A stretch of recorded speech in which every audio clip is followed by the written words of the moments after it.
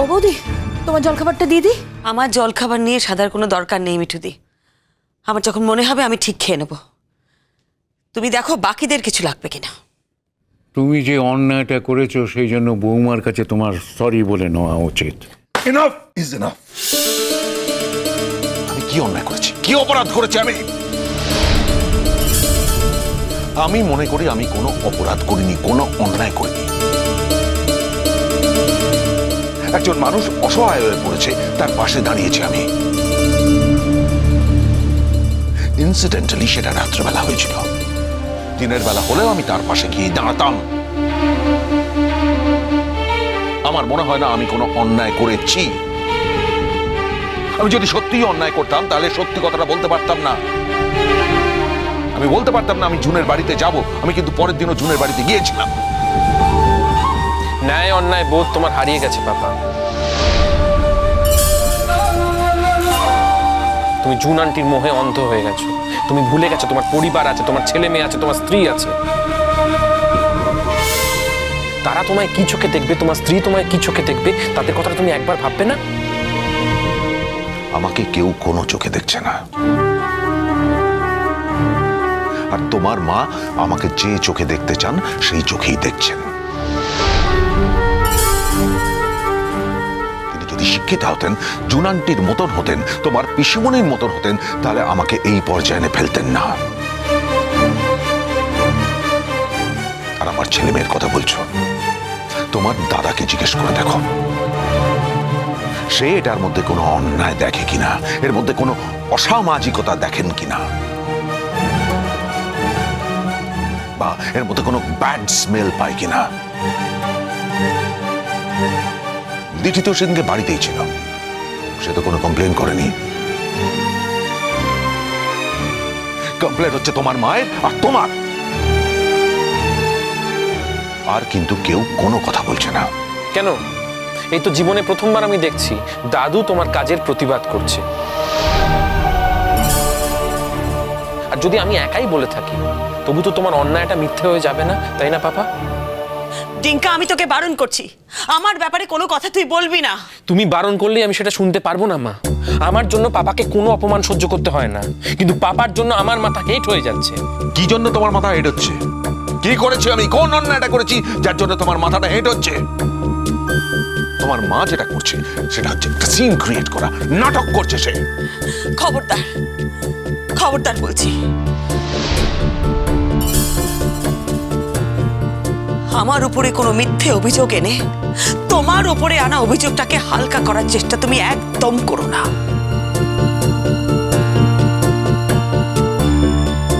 তোমার এই জুনের সাথে তুমি জাহান্নামে যাও, আমি তো তোমাকে বলিয়ে দিয়েছি, তাতে আমার কিচ্ছু যায় আসে না।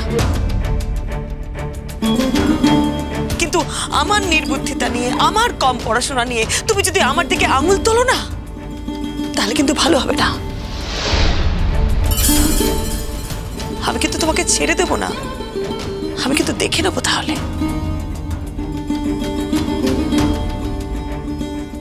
অনেক লেখাপড়া করেছো তো তোমরা, তোমার ওই জুন অনেক অনেক লেখাপড়া করেছে, তুমিও কত লেখাপড়া করেছো। এত এত লেখাপড়া করে তোমরা আজ এই জায়গায় এসে পৌঁছেছো। কিন্তু কি জানো তো, তোমরা অনেক লেখাপড়া হয়তো করেছো, কিন্তু তোমরা না নিজেদের ওই চরিত্রটাকে তৈরি করতে পারোনি, একটা ভালো মানুষ হতে পারোনি। সেই জন্য না একজন কাছের মানুষকে ঠকাতে তোমাদের একটুও বাধে না, একটুও না।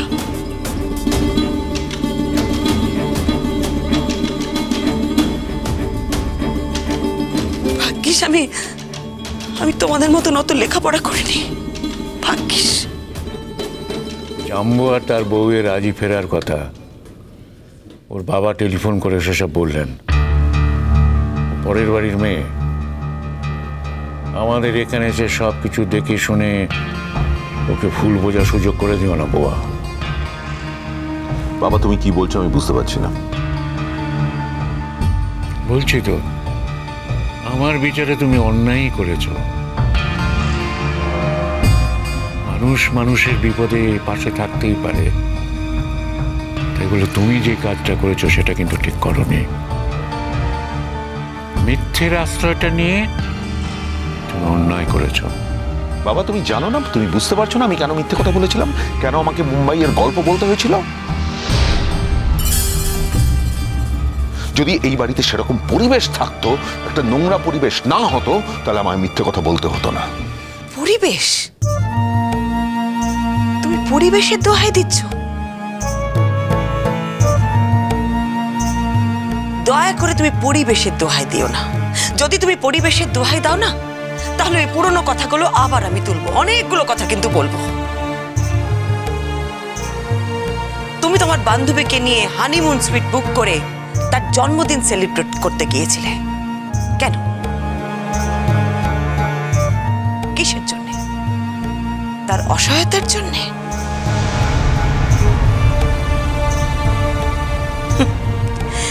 মিটিং এর পর তো তোমাদের ফিরে আসার কথা ছিল, তোমাদের সব কলিগরা ফিরে এসেছিল, কিন্তু তোমরা কি করেছিলে? তোমরা হোটেলে গিয়ে রুম বুক করে ওখানে থেকেছিলে, স্বামী স্ত্রীর পরিচয় দিয়ে ওখানে থেকেছিলে, হোটেলে একসাথে থেকেছিলে। এটা কোথাকার ন্যায় আমায় বলতে পারো? কিসের ধর্ম বলতে পারো? কিসের ধর্ম? মা প্লিজ ছেড়ে দাও, ছেড়ে দাও তুমি। কেন ছেড়ে দেবো ডিঙ্কা? কথায় কথায় আমার শিক্ষাকে ছোট করে দেখা হয়, আমার পরিবার, আমার বড় হওয়াকে নিয়ে অপমান করা হয় আমাকে। এই যে তোমার বাবা মা এখানে বসে আছেন, ওদের সামনেই আমি তোমাকে জিজ্ঞেস করছি। অবশ্য তোমার মাকে জিজ্ঞেস করে কোনো লাভ নেই, তোমার মা তো ধৃতরাষ্ট্রের মহিলা সংস্করণ। উনি কিছু দেখতেও পারেন না, বুঝতেও পারেন না, বলতেও পারেন না। তাই আপনাকে আমি কিছু জিজ্ঞেস করবো না মা। কিন্তু বাবা, আপনাকে জিজ্ঞেস করছি, যদি আর আপনার মেয়ের সাথে এরকম হতো, আপনার কেমন লাগতো বাবা? বলুন, কেমন লাগতো আপনার?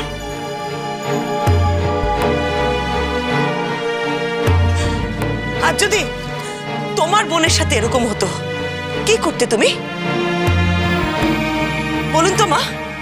আর যদি আপনি জানতে পারতেন যে আপনার জামাই তার বান্ধবীকে নিয়ে হানিমুন সুইট বুক করে তার জন্মদিন সেলিব্রেট করছে, তাকে নিয়ে আদিক্ষেতা করছে সবার সামনে, কেমন লাগতো আপনার? বলুন, কেমন লাগতো? বলুন। প্লিজ, কেন উত্তেজিত হচ্ছ তুমি? কেন উত্তেজিত হব না রিঙ্কা?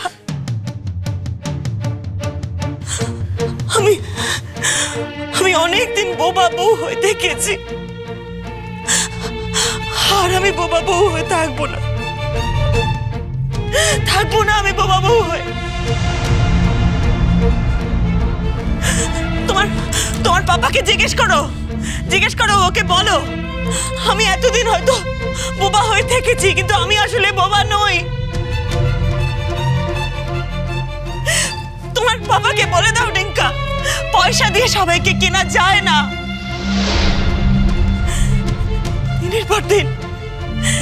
দিনের পর দিন তুমি আমাকে ঠকিয়েছো, আমার সঙ্গে প্রতারণা করেছো, আমাকে অপমান করেছো।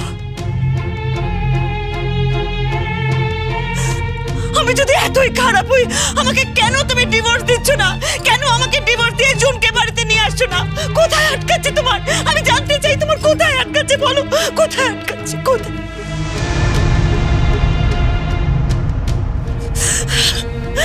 আমি ভয় থাকতে পারবো না ডিঙ্কা, আমি আর ভয় থাকতে পারবো না।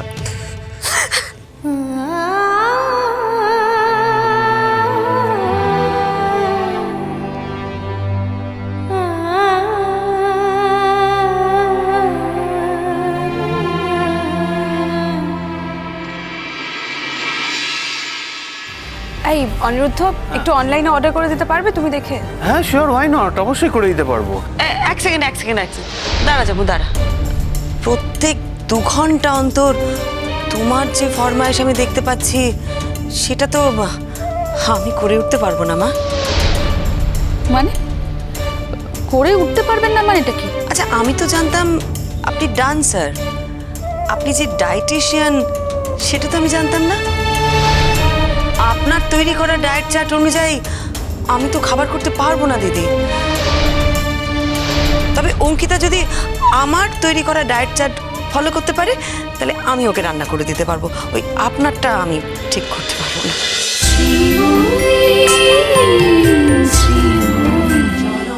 cholo, cholo, cholo, paltai.